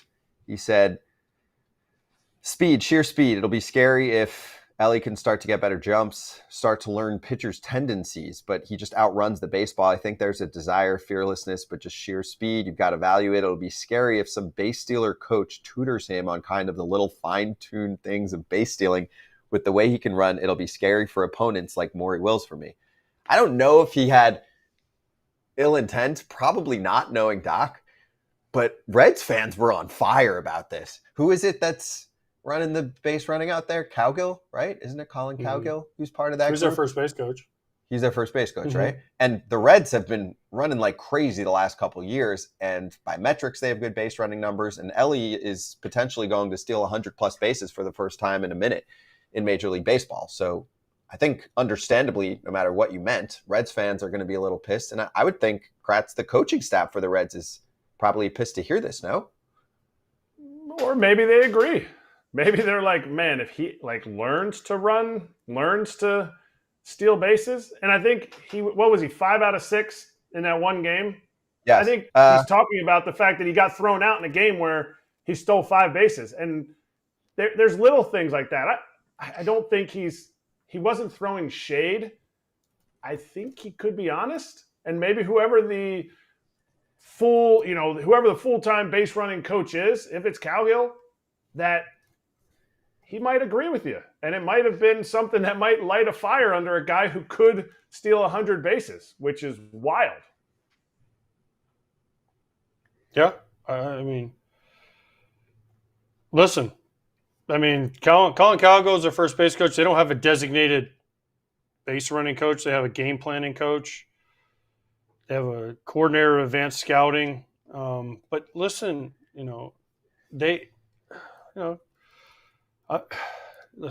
have this guy he's already incredible, and we know what Scott feels about him, but he could be better with little things like tips. And I remember Davey Lopes, Maury Wills, Dave Roberts, when he was doing some coaching, guys like that, they would teach you little things as base runners that would be like, hey, especially with the new rules with only 2 throwovers and, the pitch clock and all that, it should be easier to steal bases, which we're seeing. But there's little tips that every pitcher has. There's guys, like I played with Tim Raines, and he would give guys some stuff. He was our coach a couple of years, and he would tell guys, hey, Scotty, pause. Hey, look for this when you're going. And Tim Raines is in the Hall of Fame. So there's definitely things you can pick up. But listen, what Dave Roberts said was true. And by the way, the Dodgers aren't very good at throwing guys out either. So maybe Dave was like, hey, maybe we need to look at ourselves here and figure out how to throw guys out. Mm-hmm. Self-scouting, maybe. Stealing bases is an art, and it's efficiency. And Roberts was right. He's outrunning the baseball. You're looking at like Trey Turner, who before he got hurt, he broke his streak of not getting caught. Bryce Terang, 2 guys that are slower than Ellie De La Cruz. It's about being efficient, and it's learning that kind of stuff. Rusty Kuntz, Dave McKay. Yeah, and lastly, because this is from C. Trent Rosecrans in response, he said, funny, I thought it was obvious that the team with the best BSR, one of the base running stats, over the last 2 seasons has a near daily base stealing meeting and a coach that has come in and helped change all that. And Colin Cowgill, it was pretty obvious. Guess I was wrong. Because one fan was like, why haven't Reds coach tutored him? And he was like, I think they have. So I'm sure anyway, they're teaching him. Good discussion. Yeah. Also, he's young as hell. It's still a work in progress. Let's get to our next guest on FT Live. A special one here joining us right now, as our partners over at Baseballism have launched a really, really cool Tony Gwynn line. I'm wearing one of the shirts today. You've got a little Baseballism shirt. That's a great one. Tony Gwynn Jr. joining us right now. I like the one that Junior's got on. Sold out. I think that one's already sold out. Tony Gwynn Jr. joining us right now. Tony, great to have you on. We're going to get into Padres, into what you're up to. But first off, how cool is it on a time when your father would have turned 64 this month to have a line like this that's getting sold out left and right? First, thank you guys for having me on today. It's pretty cool, man. My dad wasn't into a lot of the fashion stuff that we are into now, but I think he would be pretty excited about what Baseballism has done. They came up with some good ideas. They got with my mom, and it seems like it's been a success here in the early going. Hell yeah! Hey, I'll sell you my shirt sold out for like I'll give it to you $500. We'll start the bidding at $500. How about a dinner? No, $500, dude. Dinner in San Diego. Listen, if I'm going Tony Gwynn Jr. to dinner in San Diego, dinner's gonna be free. So that ain't really a fair bet right there, because it doesn't cost him nothing. Because if he shows up at a place, and he's like, as soon as they hear him talk, they know who he is. They see his face, and they're like, "Yeah, dinner's free tonight, Yeah. Mr. Gwynn." So, that's not a fair wager, but Yeah, it's my voice is it's a dead giveaway. It's I like to think it's the gift he left behind for everybody. Yeah, it is. And you got Definitely to do games with Orsillo, right? Was it this weekend? I do get to do work with Donnie. I'm working with him for this Marlins series, so we always have a good time when we get together. Love that. All right. So for anyone that wants to check it out, though, baseballism.com, you can scan the QR code also if you want to check out the line. And since the one that Tony Jr. is wearing right now is already sold out, you can get it for pre-order, or there's other versions available right now. But otherwise, the pre-order will ship next month. So first off, let's get into Pops for a moment and hear some more of what the line looks like. The legacy in San Diego. How often do you hear stories about your dad? Can you even go a day in San Diego without running into someone who has a special connection to your father? And how much is it amplified because of the way that the Padres really own the city of San Diego sports now? Well, I don't think, I've gone a day since my dad passed where I haven't been stopped to chat about a story or share an encounter they had, or maybe they didn't even meet him. They just watched him for his entire career and just feel like there's a connection. So that happens every day. And I don't know that it blew up anymore once the Padres started, really being a factor in the National League, but it certainly hasn't slowed. So, I tell people all the time, because a lot of times they feel like I'm going to be, annoyed or tired of hearing them. I don't. It's a good reminder for me every day that who my dad was and how much he meant to the city. Love that. All right, so let's get into Padres talk for a moment. So you're about to call another series for the Pods. Where are they at right now? They are just inconsistent right now. Whether it's one element or the next, right? Sometimes it's been the starting pitching at times where they've struggled through a round of the rotation. Sometimes it's been the offense. Sometimes they aren't playing clean baseball, and I don't know that they have a big enough margin for error to have those elements taking place and still win a lot of ball games. So you look at their record right now at 29 and 28. That's about what you've seen from them through the course of the season. Now, that being said, it's been minus having their big guys going, right? Toddy hasn't got going yet. Manny hasn't got going yet. Bogey's hurt. And so, I think right now they're treading water until those guys get going. Once they do, I think you'll start to see that wins and loss column kind of separate a little bit. 29 and 28 after last season and getting rid of Soto, and you don't have Hader anymore. Isn't this a success so far? I think that's a tricky question, right? I think in San Diego, I think it's disappointing based on the expectations they've had over the last 2 years.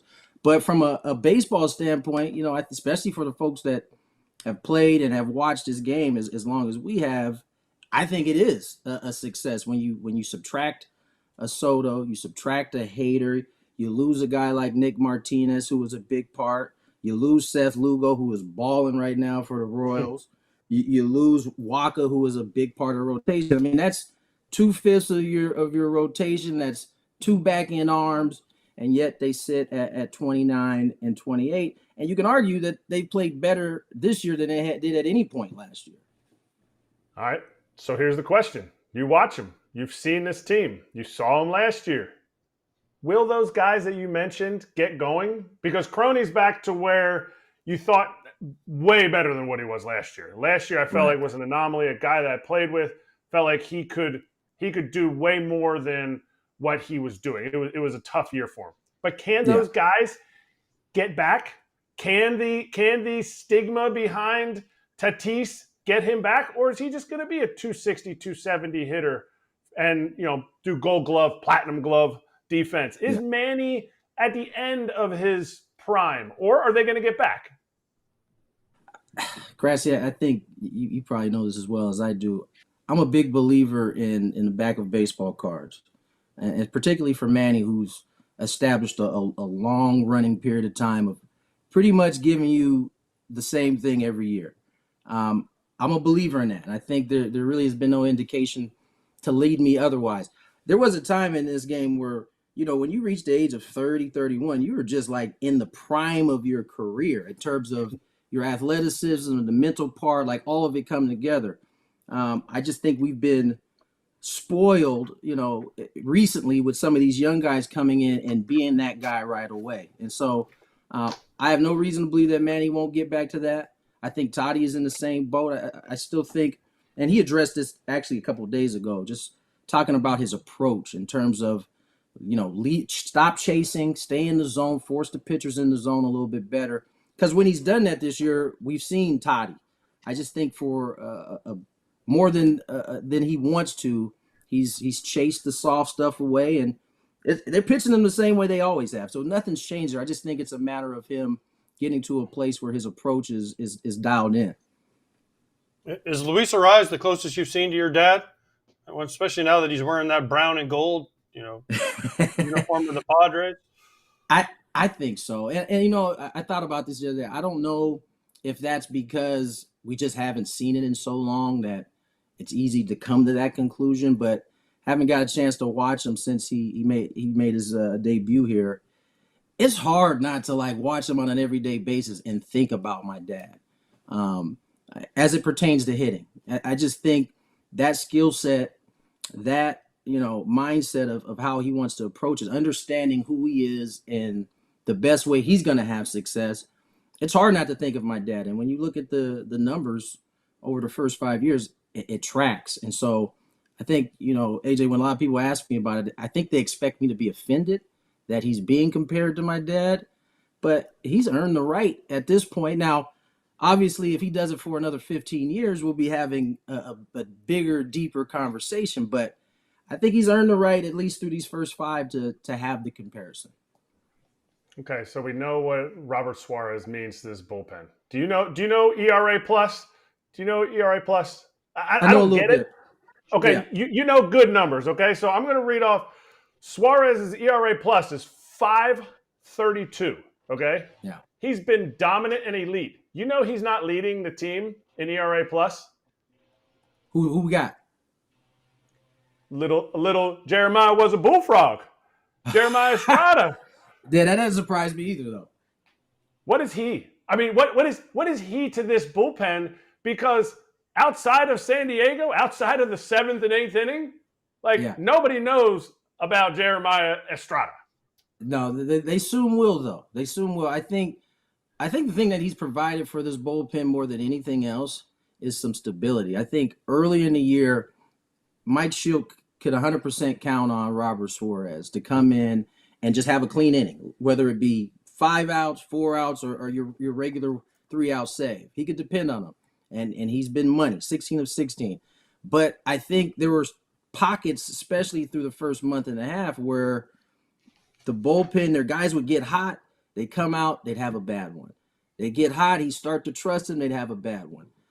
And so I think what Estrada has done, because he's come in and been able to kind of step into high leverage situations right away, it's really slotted everybody else into roles where they can have success. And if you look at the numbers, ever since Estrada joined this bullpen, you haven't had the kind of up and down, season that they started with. They've really kind of settled in, and the bullpen has been money. And I think that's because he's basically has slotted into that 8th inning spot on most games, and everybody else slots down. And it just makes everybody, I think, more comfortable, and it makes them more effective. Hey, Tony, I want to swing back to a couple questions about Dad. And first off, I had a follow about Arraez. Have you met or spoken with Luis Arraez yet? We did. I actually took the time last year when he was in Miami to go down and introduce myself and kind of just, tell him how much I enjoy watching him play. It's as it would be. He ends up getting traded here, and we've had a couple conversations. I haven't had enough time yet. I've really been trying to let him settle in more than anything before I start, bouncing questions about his pregame work and things like that. But we're supposed to talk today when he goes out to see my dad's statue. So I plan on ping-ponging some questions off him at that point. So he knows, about the impact of Tony to the franchise. Like he's read up on his history. Oh, he's more than up on his history. I think the mere fact that they had the same mentor in Rod Carew, I think that has really bridged whatever gap there was between my dad and Luis, and he has really embraced it. And listen, it's in some ways it's not fair to him, right? Because he gets this comparison, and now it's happening in the city that my dad played his entire career in. But I tell you what, man, he's kind of embraced it. He's had grace with it, and he definitely reckons. From the story I heard, he was offered 91, right, which is the opposite of what my dad's number was. And he thought about it for a sec, and he was like, "Man, that's a lot." So I think he chose the right way to go, because I mean, as when I got traded here in 2009, I was offered my dad's number, and I was like, absolutely, absolutely not. I'll take the number below. I like it. Okay. And I have one fan comment that kind of leads to a question. So One Eye Dragon in the chat said, Tony used to travel with a VCR machine and he would look at tapes in the hotel rooms on the road. So can you add to that? Because I think sometimes you look at some of the game's greatest hitters and think natural. They just could hit anything. They showed up. They did what they wanted, especially at a time when it wasn't as easy to prepare and get video and get information. And that Tony was actually ahead of his time, and studying like that was actually pretty cool because it led to knocks. It no doubt did. I can definitely add to that. I think, I was probably about 9 when I started traveling with my dad, just me and him, during the summers. And I mean, as technology got better, you saw his equipment get better. But when it first started, they didn't have the amount of access to watch these games. So he'd have to bring this kind of mini VCR tape recorder. He'd run a cord. In Cincinnati, it sticks out especially, right? Because that locker room has been the same forever. He'd come in there, he'd set up his VCR on one of the TVs that we all get to look at. That would run the game. And so he would just tape the game, And so in the locker room, you don't have to worry about commercials. So the game just kind of runs through. He'd take that tape after the game. He'd have another kind of smaller recorder that he would put on, it's called a video 8 tape. He'd put that in. He'd take the hits off of the game tape, put it on that one. Then he'd take specific at-bats off of different pitchers. He'd put it on another tape. And that was his everyday thing. Like, it didn't matter how late the game got. It didn't matter if there was an off day the next. He got home, he did that first, and then he kind of settled into his night. And so, although it was very natural, hitting was a natural thing for my dad, he 100% heightened that skill set by being as prepared as he was and working the way he did. Tony, listen, people like Kratz, they'll never understand the grind at us. We had to go through with VCR tapes. Okay? All right. Kratz came up in the digital age where, you could press a button and it goes right to the swing, right? Listen, when I first came up in Minnesota, we had a guy that was literally hidden in a closet. And sometimes he would tape over our bats with like Star Trek. So he'd send you home with a videotape and you'd have like, wait, this is Star Trek, The Next Generation. You're like, I'm trying to just watch one at bat. Right. So I get it. I get why your dad did the way he did it, because he would dub over it. He'd make mistakes. Fine. Love you, Pink. His name was Pink, by the way.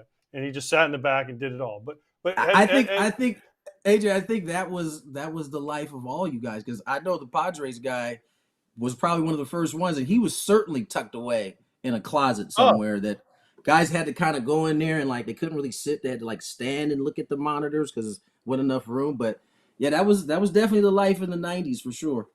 Oh yeah. So I had a friend of mine who went to my high school, pitched in the big leagues, and when he first got called up, he faced your dad, and I asked him, I said, "What's the scouting report when you face Tony Gwynn?" And he said, honestly, he goes, "They just told us, and this is unbelievable to me, throw it down the middle." Down the middle.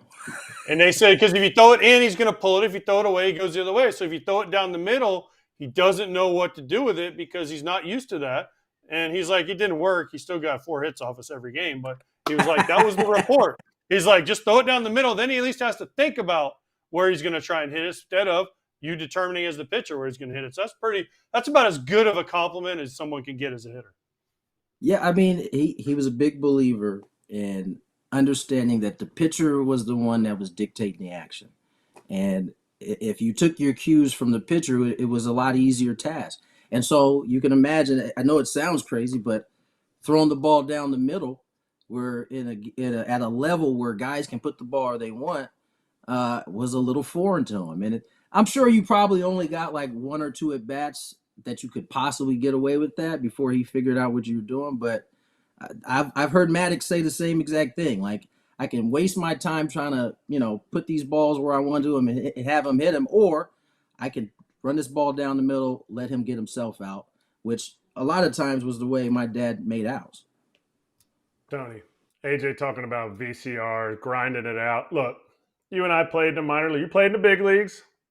We played in the minor leagues. We didn't even have video of the games.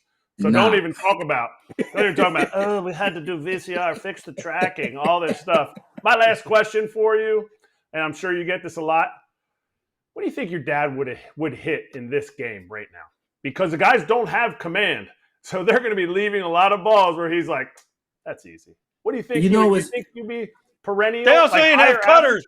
They ain't have cutters back then either. Let's be honest. Stop it. They ain't have no cutters. They ain't have no cutters back then either. I would say ask Al Leiter if they had cutters at that point, because he certainly was rolling them in there to my pop. That was left on left cutters.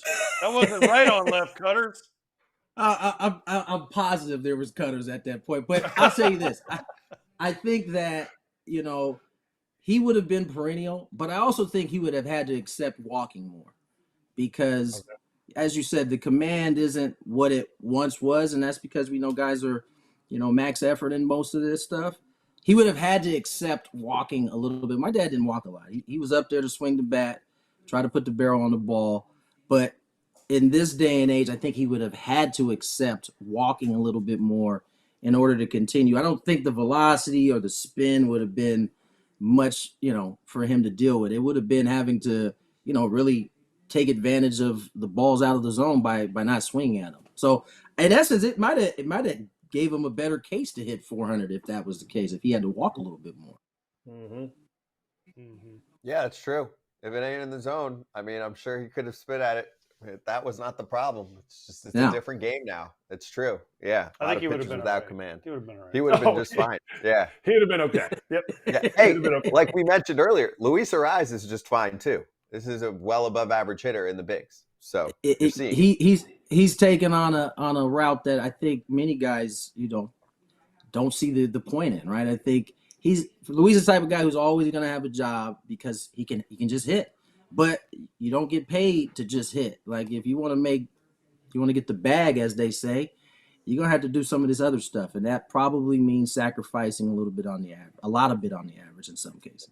Hey, don't bad talk Luis Ariz. That is Scott's crush. That's one of my dudes. That is his crush of crushes, bro. In the playoffs. His crush of crushes, bro. If you see him in the playoffs. No. Scott, I'm right with you, dog. I'm right there with you. He's one of my favorites. Not crush of crushes. I can get. Oh, Ellie. Yeah. Sorry that I like things that. He's second. Nostalgia plays, Tony. Nostalgia plays, right? So there were more stolen bases back in the day. I like watching Ellie, right? Ricky Henderson was one of my favorite players ever. Luis Ariz reminds me of Tony. We're having this combo. So it's not hard to find out who I like and why. They should have made Tony's hair bigger in this photo, though. I love it. It's so he cool. He had as much problem as I had growing hair. So oh boy, not early on though. Not early on back in the San Diego State days. It was bigger. He didn't have the full rounded fro. It was kind of like a shag that he kind of had in the back there. He always complained about that. I remember that as a young kid. The symbolism in the shirt that I'm wearing is good. That's money, isn't it? That was a cutter going in there to. It still would have been a line drive over the shortstop's head. I know. It's a nice little beach ball knock. So anyway, check it all out, baseballism.com. Some of them are sold out, so you can do the pre-order action. Others are there. So Tony, awesome to have you on. Congrats on the new line. It's super cool. We love that we've got some of it, and we'll catch you down the road. All right, we'll listen to you on the game tonight. Scott, AJ, Kratzy, thank you guys for having me. I can't wait for you to Appreciate buy you. me dinner in a couple weeks when I'm out in Stop. San Diego. It's gonna be amazing. Well, it's a good thing I already got that shirt, so I think we'll be good. True. It'll just be friendship dues. Friendship dues. Friendship Friendship dues. dues. Great. Fair enough. Thanks, Junior. Cheers, man. You guys have a good one. You too. You too. Tony Gwynn Jr. with us. You can follow him at Tony Gwynn Jr. on Twitter. You can watch him or listen to him on the game tonight with the Padres taking on the Marlins. And you can check out those shirts at baseballism.com. Let's go back to Hot Corner and light it.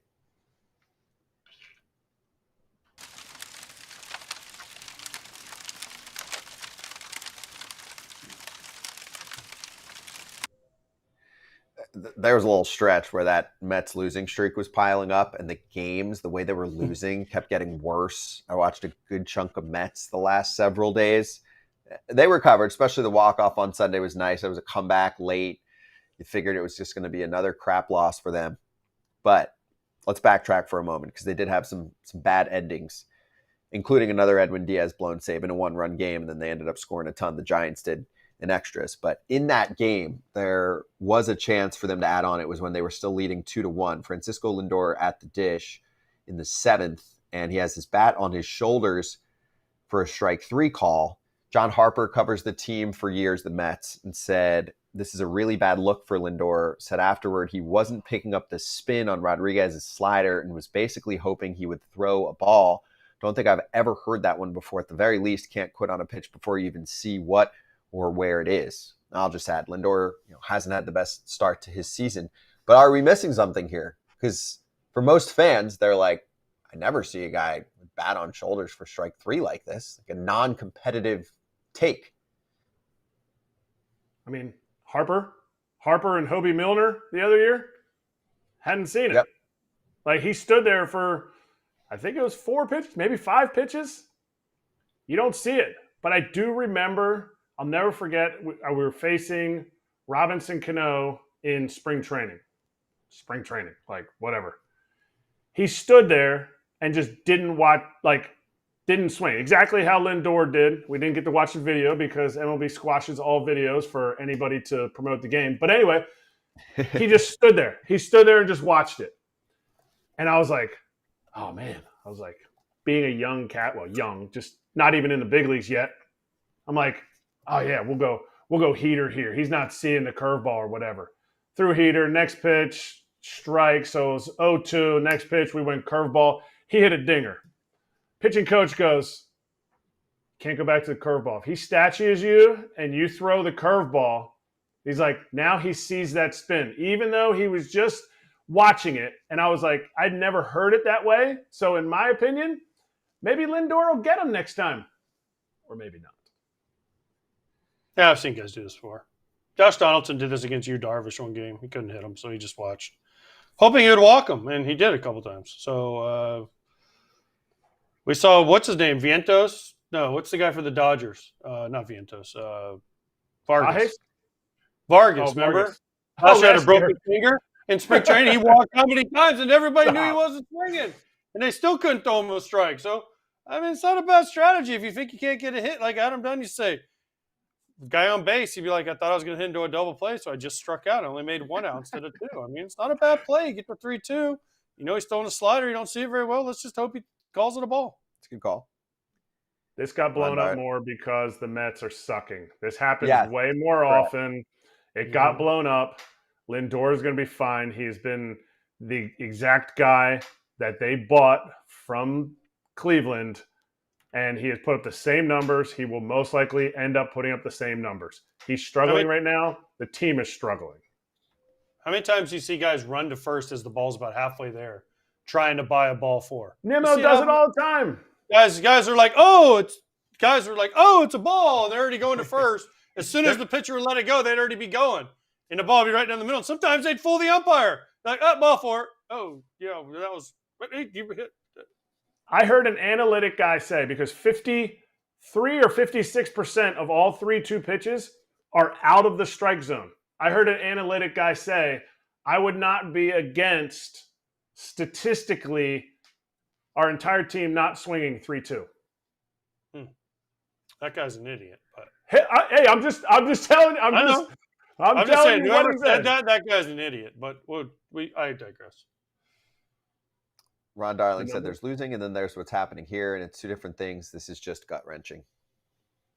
As I mentioned, they're going to be sellers at the deadline. Mm-hmm. It's I just don't think we thought they'd be this bad. Yeah. I mean, what are they at the very moment? 10 under 500-ish? Probably on pace for like low 70s. They're 22 and 30. So 8 but under. They're on a one-game winning streak. They are. But they have a double dipper today against the struggling Dodgers. Something's got to give. Good luck with Tyler Glasnow in one of those games. I was going to say. Yeah, but the other one's what? Is it Stone? Yeah. It's Stone, Gavin Stone versus Quintana. That's a winnable game. Yeah. All right, let's get to this probably super viral moment from a couple days ago where it involved, what is this, high school teams? Mm-hmm. You see this? The center fielder turning into a running back and making this the was play. Not Florida high. This was not Florida high school. No, we Florida definitely throw wouldn't the do ball this. in Florida. Yeah. This has got to be Pennsylvania, New Jersey. Give me play-by-play here because I don't really Well, understand. first of all, it's a blue pit. I don't know what the shortstop's doing. And then I really don't know what the center fielder's doing. Third baseman, God knows why he went to second base. The catcher, he's like, yeah, watch this. Ha ha. Oh, and the center fielder just walks him down right here. Granted, they were getting smashed in this game. It was 11-3 at the time. But I have never seen a play like this in my life why everybody is out of position. The whole team is out of position. And the center fielder just walks this dude down. I just don't get it. It's a nice field, and that is a nice triple. I know the guys, like, they're winning, so he's trying to get his stats. That's a nice triple right there. Like, how the center fielder gets a 8U in the book is beyond me. I saw Curtis Thigpen get his first caught stealing of the year by tagging the runner out between second and third for a caught stealing 2U, 2 unassisted. I don't know what, I mean, that's got to, it's in Ohio. It's got to be close to Pennsylvania somewhere. So I don't know what they teach, Kratz, where you're from, but like, why is everyone not in the right positions? They teach geography in Florida. Ohio is right next to Pennsylvania. Yes. I want to give quick credit to the center fielder who recognized and maybe had some prior incidences where nobody was anywhere to throw it to. Where his teammates He's just like, I'm just running. Were a little lost on positioning, and he said, "You know what? I've been down this road before. I'm gunning it." No, it was cool, but crazy. It was cool, but the third baseman is definitely not trying to be a try-hard. The third baseman was just jogging to second, and then the dude passed him, and he just started jogging to third. Like, never thought about going to home. Like, I already screwed this up once. I should just go home. Nailed it. Next up, Matthew Pouliot, who I follow on Twitter, writes for NBC, had a couple tweets this weekend. He was frustrated about the White Sox. Was he? James. Geez, when was this? Opening day? Yeah, exactly. No, it was before that. James Fegan, who's covered the team for years, said manager Pedro Grifol said most of his team was fucking flat today. And then Pouliot responded and said, all Grifol has ever had to offer is that, quote, we'll work harder, play smarter than the other team. Now that he's been exposed as completely bogus, why is he still there? The fact that no one would be expected to win with this White Sox team doesn't absolve Grifol of being a terrible manager. It's not his fault that the White Sox are bad, but he's at least as bad as the team he is managing. Grifol. Tell us how you really I love that you're calling him Grifol. You just called him Grifol. Did I not say Grifol? No, you said Grifol. Every time? You went Todd Frazier. Who's this? No, you're screwing me up. It's Grifol. It is. It's Pedro Grifol. Grifol. Jesus. First of all, I still watch every White Sox game. I'm sorry. The game he did this in, they almost got no hit. Okay? Yep. So to say that they had no energy, like when you don't get any hits, you don't have any energy. That's just the way the game works, Pedro. I'm sorry. Now, to come out and say they were fucking flat, okay, fine. But they were flat because they were getting it shoved up their butts by the other team, the Orioles, who are unbelievable. So I just don't understand. Like, I understand if you lose. Now, after the game they lost with the pop-up, if you want to come out, he was like, the umpires got it right. I would have been like, what the fuck is happening here? We can't win a game.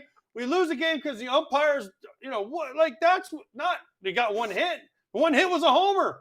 And then he's like, the next day, that was Saturday. Sunday, they come out and face, no, that was Sunday, I think.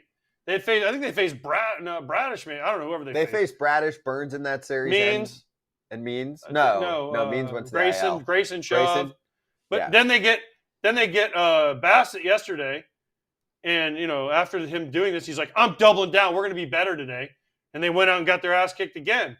So it's like, oh, are they flat again? No, but like, dude, did this. And then Ozzy's like, I love it. Yeah, he finally did say something other than what they said. But it's like, all right, dude, it's like the wrong time. I don't know, Kratz, you disagree? Like to call them flat because they got one hit, that's not. I mean, I was on plenty of teams that had lots of energy and we got our asses kicked. Read the room. Energy. Like energy, what is energy? Oh, we need energy. Like we need to cheer louder. I can't stand that. Even in high school, like you have energy because you know and you have confidence that you're going to get the next at bat. You're going to make the next play, all that stuff. When you're getting no hit and when you're constantly just hearing the same rhetoric of like, well, we're just going to be better and we're going to like, are we going to show up to the field sooner than the other team? Like, if the coaches need to say that, the manager needs to say that, they're already behind the 8 ball. It's on the players. And I don't know. It just feels like he's like, I'll throw a dartboard at like, okay, I'm going to say that today. I'll throw, and it's like AJ's picks at the beginning of the year. Exactly opposite of what should be said in the moment. Here's my thing. Like, the players came out and basically went against them. Did you? If you don't know, I watched the game yesterday again because I watch every game. And like Gavin Sheets and some of the other players were like, "We were fine. We just faced a good pitcher with really good stuff. We did our work the same. We did everything the same." That's not flat. That's just called getting it shoved up your rear end by a good pitcher. I mean, things happen in big leagues. These big league players, and I love what Kratz said because this isn't football, right? Or like where the coach can like get you fired up and you can go hit a guy harder. Or basketball, you can play a little harder defense, right? Or hockey, maybe have one better shift or, do something a little bit. This is baseball. You're usually better when you're calmer, right? Not like, oh, let's go. It's more like, all right, let's take a deep breath, slow the game down. So I don't know. I just thought it was funny that it just didn't, I don't know. Maybe the timing, maybe whatever, but like I feel like the White Sox have a meeting like once a week. Yeah, and the players were pissed though. I mean, that's what he acknowledged. He said like they have their opinions, I have mine. It's not divided. This isn't them against me. It's not a situation.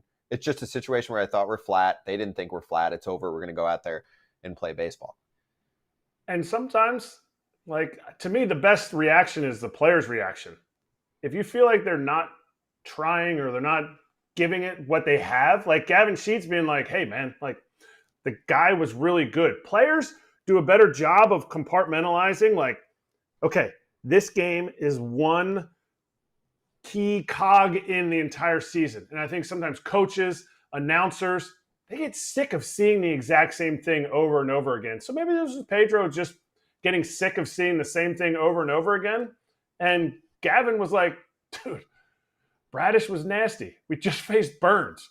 Grayson Rodriguez is going to be like, you are in a grind and you're trying to face that guy that day. You're not trying to face Burns, Bradish, and Grayson Rodriguez all in the same day. And, so it was some good brevity by Sheets by saying that. You're just a worse team. You're playing one of the best teams in baseball coming off their first sweep in 2 years. It happens. Those were angry. Shit goes wrong when, between people when you're not playing well. All right, let's do some picks.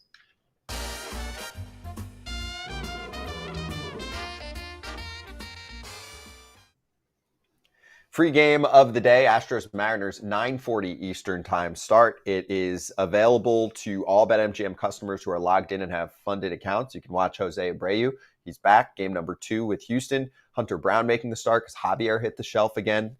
And Jeff Fletcher pointed out every team in the AL West right now has a negative run differential. Who would have thought we would be there about 30-something% into the season? Terrible Friday for us. Let's wipe it off. We did have a hit, though, a day or two before I had a great that, Friday. Where we all, with picks, where we all hit, on Wednesday? We all did not hit on Friday. We are all still up, at least the OG FT crew. And here's your What's FT wrong with heater Kratz? boost. Kratz? He's better off than he was at this point last year. Yeah, he's gotten a little cold right now. We'll try and get hot again. I'll go with the FT heater boost. It was plus 120. Now it's plus 145. We did a little preview video if you're in the BetMGM app too and want to see more on this game. But Grayson Rodriguez, 6+ Ks, and the Orioles to beat the Red Sox tonight. That's my pick. Kratz, what's yours? I'm going the Braves winning and the Blue Jays winning. I'm going money line. Blue Jays have Gausman.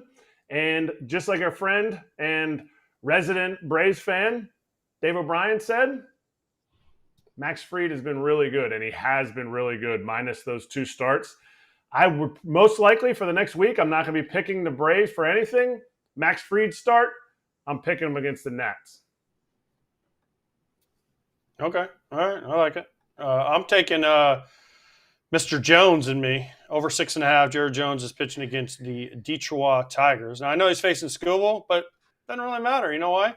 Because Jared Jones gets a lot of strikeouts, and the Tigers strike out a lot. So I'm taking Jared Jones plus over 6.5 punchies for a plus 110 piece.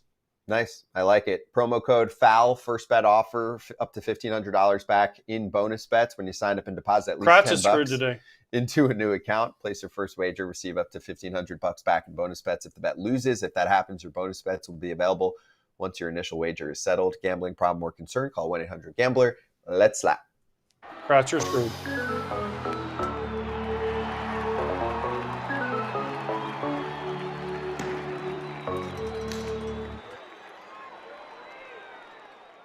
Weather problem?